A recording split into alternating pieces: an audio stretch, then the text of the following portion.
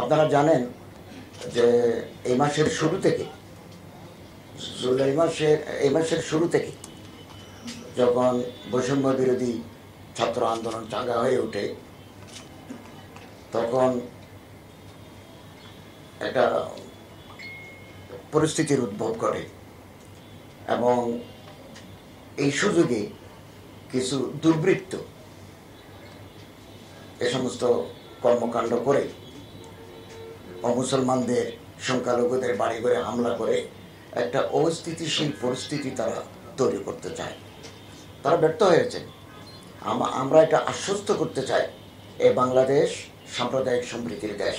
আবহমান কাল ধরে আমরা রোজা পূজা একসাথে করে আসছি এবং এখানে সাম্প্রদায়িক হানাহানি নেই।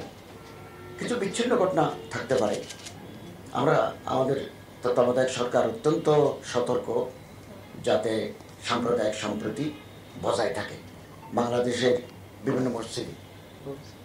এবং ওখানে আমরা বলেছি আপনারা ইমাম সাহেবরা খুতবায় মুসলমানদের অধিকার, তাদের উপাসনালয় সংরক্ষণ, 5 ওয়াক্ত নামাজেও আমরা এগুলো ইমাম বলার জন্য ইমামদেরকে আমরা নির্দেশ দিয়েছি।